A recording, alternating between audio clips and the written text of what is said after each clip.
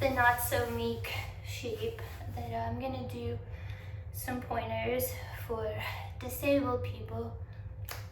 I'm disabled for self-defense. And these are moves that anyone can do. Most anyone can do. You don't have to be in shape for these things. It's just some common things you may not think about if you are ever attacked or someone is hurting you and you're in a situation. So I'm just gonna go over a couple ways to keep yourself safe. So this is for people that have any disability. I use a cane. Some people may use a walker or a wheelchair, and these can help you too. So this series or this tutorial is about falling. And I first would like to address anyone that would be so dumb or cruel to attack or assault someone that's disabled. For one, it's just terrible. It's poor judgment and poor quality of character, but also it's stupid because a lot of our disabled community were active veterans, and a lot of them do carry firearms, mace, and things in their wheelchairs, on their person, because they can be preyed on. So first off, just acknowledge that. But what you have as being disabled that you don't think is a gift is you think about your footing and your balance all the time.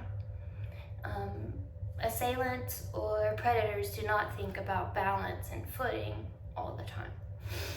Because you're disabled, I think about where my feet are gonna go, what's more steady, my left or my right. Often I have tremors and shakes and seizures that can make me fall, or poor footing at better days than others where my ankles go weak and I turn in. So these are some tips in case you fall, an assailant's harming you and you fall, or you fall from your wheelchair, what you can do. So keep that in mind. Let's say the first thing you always want to do if someone's coming up to you and making you uncomfortable, the first thing you do is use your voice. Hey, you're making me uncomfortable. And just start getting louder and louder and louder and yelling and screaming. You want to use your voice. Your voice is your first weapon, and getting away is your second weapon. So you're using your voice. You're saying, stop, you're making me uncomfortable, stop. You get louder and louder, using your voice, trying to get away. Well, let's say you either fall, they push you down, or push you out of your wheelchair. So there is a very easy jujitsu move that you can use. You should not probably be doing jujitsu because I don't want you flipping. What you want to do is flip the assailant. So let's say you have fallen. Some of you do have ability to move your legs and some of you don't. Either way, you can still use this move. What you're going to do is you're going to use your legs or your wheelchair as a fulcrum. So if your assailant is on this side and they are not leaving you alone, they will not leave you alone. If it's money, we know that all material things can be replaced. So if it's just money or something and they leave you, it's fine. But if they are still coming after you, you can take your arm and body weight and you're gonna go across your legs and flip them forward. And if they're on the other side of you,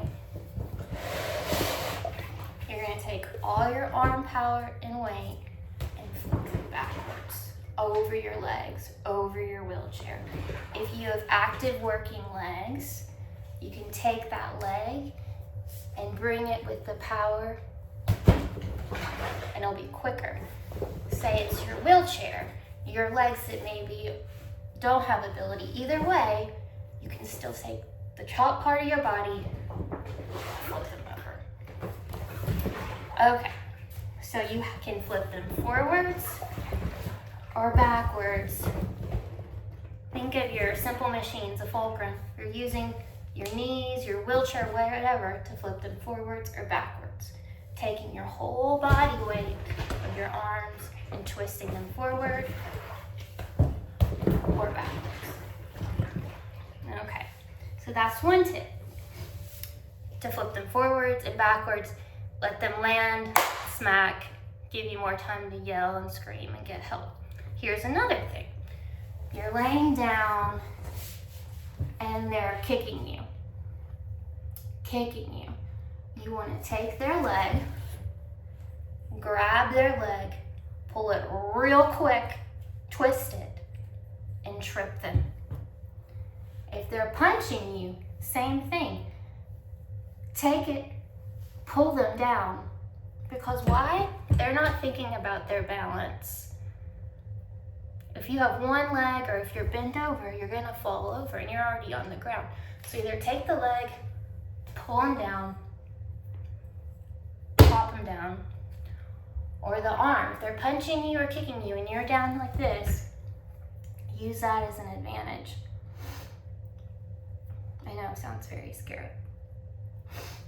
The other thing is trip. If you're on the floor, you can easily trip them. What you're hoping is they'll just go away. And that's what you want.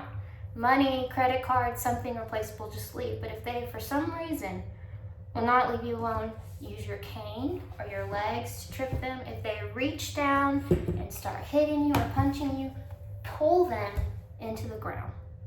And then give you time to get up and run away. But the whole time you need to be screaming, alerting, yelling, keeping as much distance between you and the person. So that's for in case you fall and someone is hurting you, fall from a wheelchair, fall with a cane, a walker, just fall in general, and they're still hurting you. Those are some good things. And so that's your first lesson on how to protect yourself if you fall, how to use your body as a weapon. Look for more. I'm gonna go catch my breath.